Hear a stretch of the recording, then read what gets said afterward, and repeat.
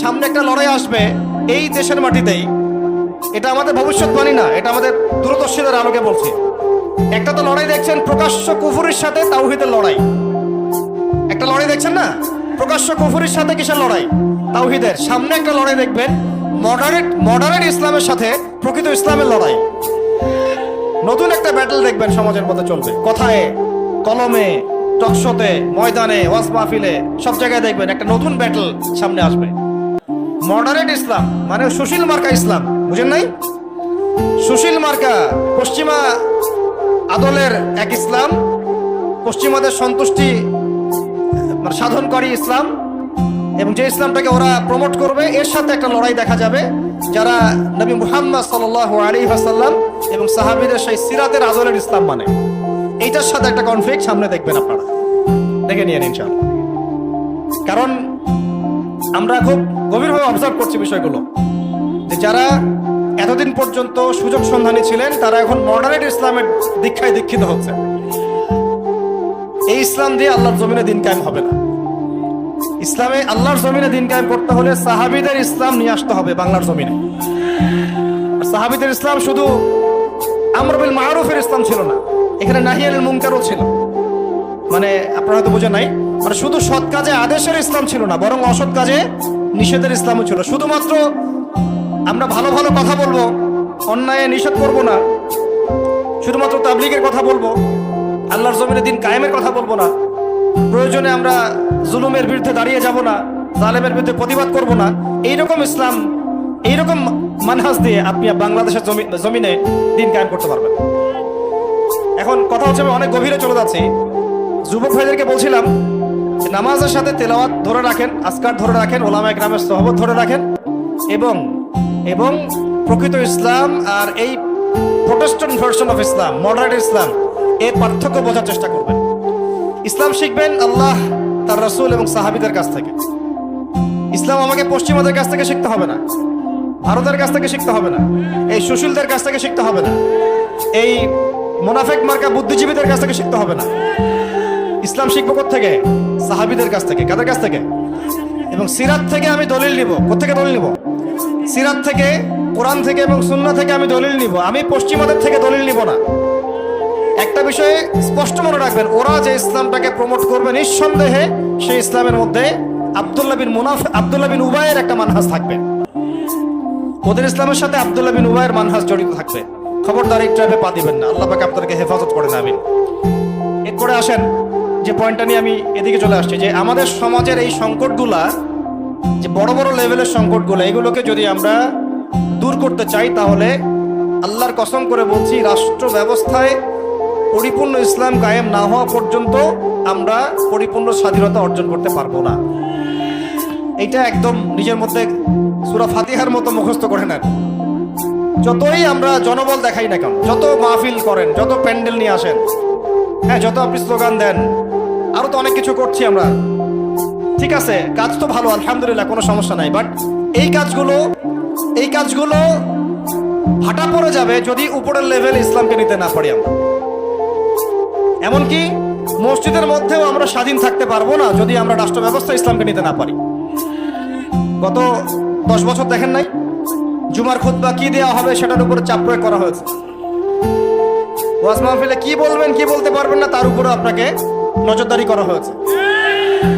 আমরা তো এমন একটা হালতে ছিলাম যে বাসায় ঘুমালেও বাসার বাইরে ওই গোয়েন্দা সংস্থার লোকজন বসে থাকতো, কোথায় যায়, কি করে, কার সাথে ফোনে কথা বলে, কে তাকে কল দেয়, যে কল দিল তার সাথে এর কি সম্পর্ক। আমাদেরকে কল দিলে তো মানুষই বিপদে পড়তো, আর কি কল দিয়ে তারাই বিপদে পড়তো, কার সাথে দেখা করে, কে বাসায় আসতেছে, কে যাচ্ছে। এই যে একটা মনে আছে দাজ্জাল যে দ্বীপে বন্দী আছে, একটা হাদিস আছে না, একটা তামিম দারি রাদিয়াল্লাহু আনহু হাদিস। প্রথমে একটা প্রাণীর সাথে দেখা হয়, সেই প্রাণী জিজ্ঞাসা করে যে তোমরা কোথা থেকে আসছো, মনে আছে হাদিসটা? তো ওই প্রাণী নিজের পরিচয় দিয়েছিল কি, যে আমি জাসাস, আমি কি জাসাস, আমি কি জাসাস, আমি হচ্ছে গোয়েন্দা। জানি না এই হাদিসের আসলে তামিল এখন আমার জানা নাই, আল্লাহ ভালো জানেন, আমি এখনো শিখছি। কিন্তু এখন খেয়াল করে দেখেন, পুরা যে সভ্যতাটা চলছে, এরা যেভাবে তাওহীদপন্থী মুসলিমদেরকে এইভাবে গোয়েন্দা সংস্থাদের আওতায় নিয়ে আসছে, উঠতে বসতে চলতে ফিরতে তারা আপনাকে নজরদারির মধ্যে রাখতেছে। ঠিক দাজ্জালের ওই জাসাসার মতো, ঠিক দাজ্জালের জাসাসার মতো। আল্লাহ, যাই হোক, কথা হচ্ছে যে আপনি আমি মসজিদেও স্বাধীন থাকতে পারবো না যদি আমরা উপরের লেভেলের ইসলামকে নিতে না পারি, শক্তিশালী হতে না পারি। এই যে একটু আগে বললাম সুদের কথা, আপনি সুদ ভিত্তিক অর্থ ব্যবস্থাকে বন্ধ করা তো দূরের কথা, বন্ধ করা বহু দূরের কথা, এখানে সমস্যা আনতে পারবেন না যদি আপনি রাষ্ট্র ক্ষমতা ইসলামকে নিতে না পারেন। শিক্ষার কথা বলি, দুটো লাইন বলি। শিক্ষার যা দুরবস্থা চলছে, এই দুরবস্থায় উচিত ছিল, দেখেন প্রাইমারি স্কুলেই আমাদের বাচ্চারা কোরআন তেলাওয়াত শিখে যাবে। আপনি লক্ষ লক্ষ প্রাইমারি স্কুলের বাচ্চাদেরকে একটা জায়গায় বসান, তাদের মধ্যে 90% কোরআন তেলাওয়াত করতে পারে। হাই স্কুলের বাচ্চারা পারে না, কলেজের বাচ্চারা পারে না, ইউনিভার্সিটির ছেলেরা পারে না, অনার্স মাস্টার্সের ছেলেরাও পারে না। তাদেরকে যারা শিক্ষা দেয়, শিক্ষক মন্ডলী, তারাও 80% কোরআন তেলাওয়াত করতে পারে। একটা দেশের শিক্ষা কমিশন কোরআন তেলাওয়াত করতে পারে না, একটা দেশের এমপি মন্ত্রী আমলারা কোরআন তেলাওয়াত করতে পারে না। ইল্লা মাশাআল্লাহ, ইল্লা মাশাআল্লাহ, যারা শিখেছে তারা কিন্তু রাষ্ট্রীয় শিক্ষানীতির মধ্যে, সিলেবাসের মধ্যে শিখে নাই, তারা শিখেছে কোন ওস্তাদের কাছে, হয় কোনো বক্তব্যে, না হলে মাদ্রাসায়। তাহলে একটা ইসলাম প্রধান একটা মুসলিম প্রধান রাষ্ট্রে শিক্ষা ব্যবস্থার মধ্যে কোরআন বাধ্যতামূলক নাই। তাহলে আমরা শিক্ষার মধ্যে কোরআনের ইসলামের কি দ্বৈনতা বুঝতে অসুবিধা আছে? এই সংকট কিভাবে দূর করবেন যদি আপনি ইসলামকে রাষ্ট্র ব্যবস্থায় না নেন? দাবি করলাম, আন্দোলন করলাম, মানববন্ধন করলাম, আপনাদের কি মনে হয় তারা চেঞ্জ করে দিবে? কখনোই করবে না। হয়তো বলবে ঠিক আছে, আচ্ছা ঠিক আছে, আমরা 10টা সূরা দিয়ে দিলাম পড়ুক, 20টা সূরা দিয়ে দিলাম পড়ুক, এক পারা দিলাম মুখস্থ করুক, সর্বোচ্চ দিল ধরেন। কিন্তু আমরা জানি যে এগুলো দিয়ে সাহাবাওয়ালা সেই জজবা, সেই ঈমান, সেই দাওয়াত, সেই জিহাদ, সেই ইকামতের দিন সম্ভব না। এগুলো জাস্ট আই ওয়াশ শোডাউন করা মানুষ। জ্ঞান, ইসলামের জ্ঞান যে এত গভীর, মানে আমরা এখন যেটা অনুভব করি যে আমরা এই সাগরের কিনারায় দাঁড়িয়ে আছি, এখনো সাগরে নামা তো দূরের কথা, আমরা পাও ভিজাইনি এখন। এটা হলো দ্বীন ইসলামের জ্ঞানের গভীরতা। আর আমাদের 90% মুসলিমের কান্ট্রি, এখানে শিক্ষা ব্যবস্থা ইসলাম নাই, কোরআন বাধ্যতামূলক না, হাদিস 100টা বাধ্যতামূলক না। 20 বছর পড়াশোনা করে আমাদের ভাইরা 20টা সূরাও শিখে না। এখানে ইংরেজি বাধ্যতামূলক, সায়েন্স বাধ্যতামূলক, ম্যাথামেটিক্স বাধ্যতামূলক। আর কি বলবো, বিসিএস ক্যাডার হচ্ছে কোরআন ছাড়াই। সিরাত, নবী সাল্লাল্লাহু আলাইহি ওয়াসাল্লামের জীবনী, যে নবীকে চিনে না সে আল্লাহকে চিনবে কিভাবে? সেই সিরাত আমাদের সিলেবাসে নাই। আপনি দাঁড়ান, একজন দাঁড়ায় বলেন তো যে 20 বছর পড়াশোনা করেছেন, আপনার সিলেবাসে সিরাত ছিল? একটা বই, খতামুল আম্বিয়া, সিরাতে খতামুল আম্বিয়া, পাতলা এতটুকু বই, সিরাতে খতামুল আম্বিয়া, মুফতি মোহাম্মদ শফি রাহিমাহুল্লাহ লিখেছেন, এতটুকু বই। এই বইটাও কি পড়াইছে? তাহলে একটা দেশের শিক্ষা কমিশন কি করছে আসলে?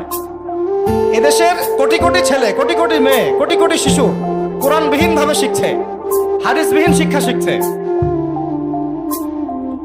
সিরাতবিহীন শিক্ষা শিখছে, ইসলামের ইতিহাস নাই, আকিদা তো বহু দূরের কথা, ফরজে আইনেরও কোনো পড়াশোনা নেই। কিন্তু এখানে আপনি শরীফও পাবেন, আরো কত কি পাবেন, এগুলো না হয় নাইবা বললাম, বলতেও খারাপ লাগে। উন্মুক্ত যৌন চর্চা ওখানে পড়ানো হচ্ছে, যৌন শিক্ষার নামে উন্মুক্ত ফ্রি সেক্সের দীক্ষা দেওয়া হয় নাই। এখন কতটুকু সংস্কার হচ্ছে আমি জানি না, নতুন করে আমি বই ঘাটি নাই। আগে 20-30 বছর আগে যাও ইসলামের কিছু ছিল, গদ্য পদ্য উপন্যাস কিছু ছিল, এগুলো আস্তে আস্তে সব উঠায় দেওয়া হচ্ছে। খেয়াল করে দেখেন, তাহলে এটাকে পরিবর্তন আনার জন্য শুধু কি মানববন্ধন যথেষ্ট হবে? ওয়াজ মাহফিলে আমি যে বলছি, আমার বলাটা কি যথেষ্ট হবে? এরা শুনেও শুনবে না, দেখেও দেখবে না।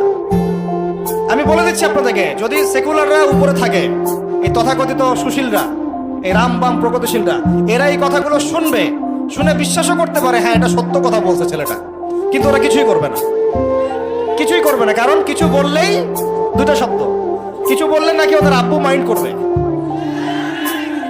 আব্বু চিনেন তো? আব্বু হচ্ছে কে? আমেরিকা। হ্যাঁ, কিছু বললে কে মাইন্ড করবে? আবার কিছু বললে আম্মু নাকি বকা দিবে। আম্মু চিনেন? আম্মুকে না, আম্মু হচ্ছে ভারত। ওদের চিন্তাটা এরকম, কিছু বলবো না, বলা যাবে না, কিছু করা যাবে না, সংস্কার করা যাবে না, কিছু বললে আব্বু মাইন্ড করবে। আব্বু কারা? পশ্চিমরা। আব্বু কারা? পশ্চিমরা। আবার এখন বলছে কিছু বললে আম্মু মাইন্ড করবে, আম্মু বকা দিবে। হ্যাঁ, আপনারা কেন মব সন্ত্রাস করতেছেন, মব ক্রেসি করতেছেন? আসলো না কিছু কথা কয়দিন আগে? কিছু বললেই মানে হুজুররা কিছু বললেই ভারত চেতে যাবে, ভারতের মিডিয়াতে তোলপাড় হবে। হ্যাঁ, বাকি আপনারা যদি আন্দোলন করেন, সংগ্রাম করেন, অভ্যুত্থান ঘটান, তাহলে কোনো সমস্যা নাই। হুজুররা বললে সমস্যা। এটার কারণ একটাই, এই পৃথিবী দুই ভাগে ভাগ হয়ে গেছে। মনে রাখবেন, এই পৃথিবী দুইটা শিবিরে ভাগ হয়ে গেছে, সামনে আরো যাবে। একটা ঈমানের শিবির, একটা কুফুরের শিবির। মাঝখানে কিচ্ছু নাই। মাঝখানে কিছু মুনাফিক থাকবে, এরা কাফেরদের সাথেই থাকবে। আপনারা এই হাদিসটাও পড়বেন, শেষ জামানে যখন দাজ্জাল বের হবে, মদিনার উপকূলে সে পৌঁছাবে, দূর থেকে দেখে বলবে যে ওইটা আহমদের মসজিদ সাল্লাল্লাহু আলাইহি ওয়াসাল্লাম। আহমদ মানে কে? মুহাম্মদ সাল্লাল্লাহু আলাইহি ওয়াসাল্লাম। তো সে ওখানে যেতে পারবে না, ফেরেশতারা দাঁড়িয়ে থাকবে খোলা তরোয়াল নিয়ে পাহারা দিবে। তো সেখানে সে আঘাত করবে আর কি, এটা ভূমিকম্প হবে। ওই ভূমিকম্প যখন হবে, ওই ভূমিকম্পতে মদিনার মধ্যে থাকা যত মুনাফিক এগুলো বের হয়ে দাজ্জালের বাহিনীতে যোগ দিবে। মানে পৃথিবীর শিবির আস্তে আস্তে দুই ভাগ হয়ে যাবেই, ঈমানের শিবির এবং কুফুরের শিবির। মাঝখানে কোনো দল থাকবে না, কিছু মুনাফিক থাকবে, এরা কাফেরদের সাথেই যুক্ত হবেই শেষমেশ। কথা হচ্ছে ভাই, মূল কথা একটাই, এই যে অর্থনৈতিক সংস্কারের কথা বললাম আর শিক্ষা সংস্কারের কয়েকটা উদাহরণ দিলাম। শিক্ষার এই দৈন্যতা, দুরবস্থা, 20টা বছর 30টা বছর আপনার জীবন থেকে কেড়ে নেওয়া হলো একটা চাকরির শ্বশুর দিয়ে, একটা শিক্ষিত হবেন সার্টিফিকেটের একটা কলা ঝুলাই দিয়ে আপনার জীবন থেকে 20 বছর নিয়ে নেওয়া হয়েছে। এই 20 বছরে আপনি কিচ্ছু শিখতে পারেননি ইসলামে। কিন্তু এই 20 বছর কিন্তু জীবন আর ফিরে আসবে না। 20 বছর দূরের কথা, একটা দিন চলে গেলে কি ফিরে আসবে নাকি? অথচ এই 20 বছরে আপনি মুফতি হয়ে যেতে পারতেন। আমরা আফসোস করতেছি এখন। এবং ওই সময়, যে সময়টা কেড়ে নেওয়া হয়েছে, ওই সময়টা আমাদের জীবনের সবচেয়ে উর্বর সময় ছিল। ওই সময় আমাদের ব্রেন থাকতো ফটোকপি ব্রেন, একটা পৃষ্ঠা দেখলেই মুখস্থ হয়ে যায়। তখন মুখস্থ করাইছে একদম ছোটবেলা থেকেই। আমি তো শিক্ষা নিয়ে কাজ করতেছি লাস্ট 7 বছর 8 বছর হয়ে গেছে। 7-8 বছর থেকে আমি স্কুলিং করতেছি, আরো বিভিন্ন প্রজেক্টে আছি। ওদের সবগুলো বই শুরু থেকে গোড়া থেকে ঘেটেছি, আমরা ঘাটছি, এখনো ঘাটছি। একদম ছোটবেলা থেকেই বাচ্চাকে শেখায় Jack and Jill, went up the hill. আপনারা পড়ছেন না এগুলো? জনি জনি ইয়েস পাপা, এই কবিতাগুলো একদম ছোটবেলা থেকে প্লেয়ার ক্লাসে, নার্সারি ক্লাসে ওই কবিতার মধ্যে ওকে মিথ্যা শেখানো হয়। জনি জনি ইয়েস পাপা কবিতাটা দেখেন, ইটিং সুগার নো পাপা, খাচ্ছ কি চিনি খাচ্ছ, বলতেছে কি খাচ্ছি না, মুখের মধ্যে কিন্তু চিনি আছে। তাহলে ছোটবেলায় আমার বাচ্চাকে শেখানো হলো কিভাবে মিথ্যা বলতে হয়। প্রত্যেকটা জায়গায় সমস্যা আছে, প্রতিটা জায়গায় তারা সূক্ষ্ম সুকৌশলে বিষ ঢুকাই দিছে। প্রবলেমের মানে সমস্যার গোড়া যে এত গভীর, কোনটা ছেড়ে কোনটা বলবো আমরা হুঁশ পাচ্ছি না। এই জন্য পুরো মূল সমাধানের জায়গাটা বললাম, ওইটা যদি ঠিক হয়ে যায় বাকি সবগুলো ঠিক হয়ে যাবে ইনশাআল্লাহ। আর এখন বিগত প্রায় 50, 60, 70 বছর থেকে বাংলাদেশে দাওয়াতের কাজ অনেক হয়েছে আলহামদুলিল্লাহ, এখনো হচ্ছে, দৈনন্দিন হয়েই যাচ্ছে ইনশাআল্লাহ। একটা জেনারেশন তৈরি হয়ে গেছে আলহামদুলিল্লাহ, যারা আল্লাহর জমিন, আল্লাহ দিন কায়েমের জন্য জান পর্যন্ত দিতে পারবে।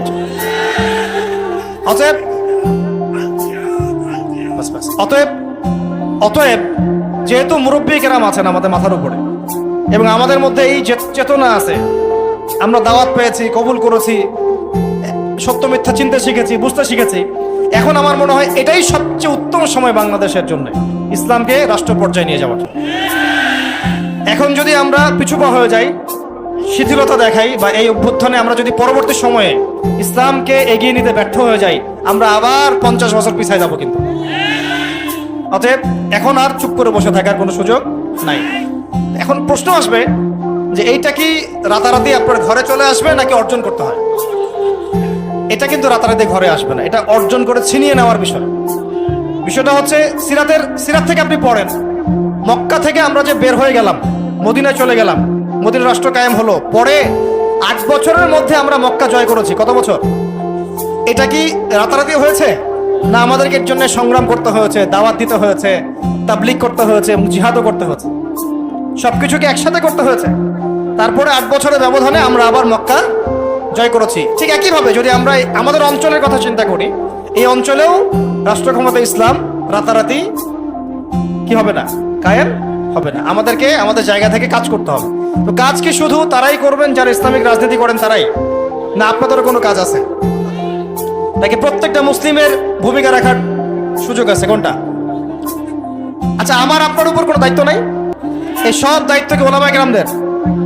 কিছু হলে তো অনলাইনে আপনারা খুব গালাগালি করেন, দেখি আমি মাঝে মাঝে, আলেম ওলামারা কি করে, আলেম ওলামারা কি করে, আলেম ওলামারা কি করছে, আলেম ওলামারা নাই কেন, এই শুনিয়ে উনি কেন কথা বলে না, উনি কেনই করে না। তো সবকিছু কি ওলামায়ে কেরামের কাঁধে চাপিয়ে দিচ্ছেন আপনারা? তারা কি এই উম্মার নবী? ওয়ারাসাতুল আম্বিয়া, কিন্তু নবী কি?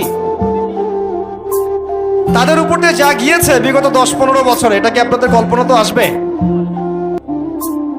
কল্পনা করতে পারেন যে একটা ছোট্ট ঘরের মধ্যে একটা মানুষ 3 বছর, 4 বছর, 5 বছর, 7 বছর, 8 বছর এইভাবেই কাটাচ্ছে, দিনের পর দিন, রাতের পর রাত, দিনের পর দিন, রাতের পর রাত। 3টা দিন থাকা যাবে ওখানে? সম্ভব? 3 ঘন্টা থাকা যায়? তার ওলামায়ে কেরামদের উপরে কি গিয়েছে এটা তো আপনাদের বোঝা উচিত। কেন ওলামায়ে কেরামগণ উম্মাকে বাঁচানোর স্বার্থে মাঝে মাঝে প্রজ্ঞার পরিচয় দিয়েছেন, দাওয়াতের মেহনত চালু রেখেছেন। কিছু কিছু বিষয়ে তারা কি করেছিলেন, কৌশল অবলম্বন করে উম্মাকে অন্তত ইসলামের দাওয়াতটা অব্যাহত রেখেছিলেন, এই চিন্তা করে যে অন্তত আমরা টিকে থাকি মাঠের মধ্যে, মাঠটা ধরে রাখি। অন্তত যদি আমরা সব একটা একটা করে নাই হয়ে যাই, তাহলে তো জাতিকে দাওয়াত দেওয়ার, তাবলীগ করার, নসিহত করার কেউ থাকবে না। এটা তো একটা ছিল ডিপ্লোমেসি, প্রজ্ঞা। এখনকার সময় আর ওই সময় তো এক না। কথা হচ্ছে আমাদের প্রত্যেকের উপরে ভাই দায়িত্ব বর্তাবে। এখনো বহু ওলামায়ে কেরামের কাঁধে 5টা, 10টা, 20টা করে মামলা আছে। আর কি শুনবেন? বহু ওলামায়ে কেরামের মানে আত্মীয় স্বজন মামলা মোকদ্দমার শিকার। একটা মামলা লড়ার মতো টাকাও তাদের কাছে নাই। জমি জমা, বাড়ি ভিটা বিক্রি করে দিয়ে তাদেরকে এগুলো লড়তে হচ্ছে, এখনো লড়তে হচ্ছে। দেশে অনেক কিছু হচ্ছে অভ্যুত্থানের পরে, ওলামায়ে কেরামদের কিন্তু প্রতি সুদৃষ্টি এখন পর্যন্ত আসে নাই। আমাদের প্রতি সুদৃষ্টি কিন্তু এখনো তারা দেন নাই। এখনো আপনারা আমাদেরকে মানে বাংলাদেশের কি মনে করেন? বাংলাদেশের উচ্ছিষ্ট অংশ মনে করেন নাকি? বোঝা মনে করেন না? মনে রাখবেন, বাংলাদেশের তাকদীর ইনশাআল্লাহ তাআলা আল্লাহ রাব্বুল আলামিন আলেম ওলামাদের হাতেই রাখবেন ইনশাআল্লাহ। এটা আবেগের কথা নয়। হ্যাঁ, এটা সত্য। এটা সত্য যে আমরা বিগত প্রায় হয়তো 30, 40, 50 বছরে রাষ্ট্র ব্যবস্থায় ইসলামকে নিয়ে যাওয়ার জন্য যে রাজনৈতিক মুভমেন্টগুলো, এগুলোতে সবাই একসাথে নামতে পারে নাই। এটা হয়তো সত্য কথা। কেন পারি নাই, কি সমস্যা ছিল, এগুলো আর আলোচনা করার দরকার নাই। এখন আলোচনা করার দরকার হচ্ছে এই যে এখন থেকে আমরা যেন এই পদক্ষেপে সবাই সামনের দিকে আগাই ইনশাআল্লাহ। এটা এখন ইবাদত মনে করে করতে হবে। কি মনে করে? ইবাদত মনে করে করতে হবে, এবং নিজেদের মধ্যে আপোষের দ্বন্দ্ব কলহগুলো মিটিয়ে ফেলতে হবে। তবে একটা বিষয় আগে স্পষ্ট করে দিতে হবে যে আহলে সুন্নাহ ওয়াল জামাআর আকীদার সাথে কিন্তু কোনো আপোষ করা যাবে না। আহলে সুন্নাহ ওয়াল জামাআর আকীদা বহির্ভূত কোনো ঐক্য কিন্তু আমাদের আবার উপকার করতে পারবে না। এটাও বোঝার ব্যাপার আছে। আহলে সুন্নাহ ওয়াল জামাআর সাথে যাদের আকীদাগত মিল আছে, তাদের সাথে ঐক্য করতে আমাদের কোনো সমস্যা নাই। কিন্তু যারা এই আকীদা এবং মানহাজ বিবর্জিত চিন্তা চেতনা লালন করেন, তাদের সাথে ঐক্য হতে পারে ডিপ্লোম্যাটিক, কিন্তু মানহাজগত ঐক্য কখনোই সম্ভব না। এটা আমাদের আগে স্পষ্ট করে দিতে হবে। আল্লাহ পাক আমাদের বোঝার তৌফিক দান করে। এখন আমাদের কিছু করা আছে কিনা ভাই? আমি সবার আগে আবার বলতেছি, আমাদের সবার প্রথম কাজ হচ্ছে 5 ওয়াক্ত নামাজ পড়া। বেনামাজিদেরকে দিয়ে কি নাই, দিন কায়েমের কোনো মুভমেন্ট, খেদমত নাই। শোনেন, দিন কায়েম তো করেছেন আবু বকর রাদিয়াল্লাহু আনহু, ওমর, উসমান, আলী রাদিয়াল্লাহু আনহুম আজমাইন, সাহাবায়ে কেরাম। আমরা যদি এই যুগের আবু বকর, ওমর, উসমান, আলী না হতে পারি, এই যুগের, তাহলে আমাদের দ্বারাও দিন কায়েম হবে না। বুঝতে পারছি কথা? তাই সবার আগে সালাতের সবক আমি বারবার দিচ্ছি। এরপরে বললাম যে কোরআন অবশ্যই পড়তে হবে, জিকির করবেন বেশি বেশি, উলামায়ে কেরামের সোহবতে থাকবেন, এবং মাথার উপরে মুরব্বী আলেম রাখবেন। আল্লাহ পাক তৌফিক দান করেন। এরপরে আমি বলছিলাম যে অবশ্যই রিজিক হালাল হয়ে যেতে হবে, পরিবারের আদর্শগুলো ইসলামিক হয়ে যেতে হবে, সন্তানদেরকে আল্লাহর জন্য মানুষ করতে হবে মুজাহিদ হিসেবে। সৎ কাজে আদেশ সবাইকে করতে হবে, অসৎ কাজে নিষেধও সবাইকে করতে হবে। পাশাপাশি নিজেদের জান মাল সময় শ্রম দিয়ে আল্লাহর জমিনে দিন কায়েমের জন্য এই ইসলামিক রাজনৈতিক মুভমেন্টগুলোর সাথে থাকতে হবে। আল্লাহ পাক থাকার তৌফিক দান করেন। আজকে আমরা কয়েকটা বিষয়ে আল্লাহর কাছে ওয়াদাবদ্ধ হতে পারি কি? পারা যাবে? 1 নাম্বার, জীবনে কোনোদিনও নামাজ ছাড়বো না ইনশাআল্লাহ। 2 নাম্বার, দ্বীনি ইলমের শিক্ষা নিজের উপরে ফরজ করে নেব ইনশাআল্লাহ। যেভাবে আমরা দুনিয়া শিখেছি এইভাবে দিন শিখতে হবেই হবে। এটা আমার উপর নফল কোনো কাজ নয়, এটা একটা ফরজিয়াত। এটা কি? আল্লাহ পাক তৌফিক দান করেন। 3 নাম্বার, কোরআন ছাড়া একটা দিনও কাটাবো না। পারবো ইনশাআল্লাহ? কোরআনুল কারীম ছাড়া একটা দিনও কাটাবো না ইনশাআল্লাহ। 4 নাম্বার, আল্লাহর জিকিরে জবানকে সিক্ত রাখবো ইনশাআল্লাহ। 5 নাম্বার, মাথার উপরে একজন বরেণ্য আলেম রাখবো, অন্তত একজন। অন্তত কয়জন? কারো মাথার উপরে 100 জন থাকতে পারেন, কোনো সমস্যা নেই। অন্তত একজন মুরব্বী আলেমের পরামর্শে চলবেন, একা একা চলবেন না। একা একা চললে আহলে ফেসবুক ওয়াল জামায়াত হয়ে যাবে, ঠিক আছে? তারপরে আর না থাকবে দিন, না থাকবে দিনের কোনো বুঝ, সারাদিন ওই লাইক শেয়ার আর কমেন্ট, আর না থাকবে কোনো আদব, না আখলাক, কিছুই থাকবে না। এবং আস্তে আস্তে ওই বদদোয়া লাগবে গায়ে, আলেমদের বদদোয়া লাগবে, সরে যাবেন দিন থেকে। ওলামায়ে কেরামের বদদোয়া নিলে দেখবেন দিন থেকে সরে গেছে না। বহু মিসাল নজির আমাদের সামনে আছে, ওগুলো নিয়ে আমি কথা বলতে যাচ্ছি না।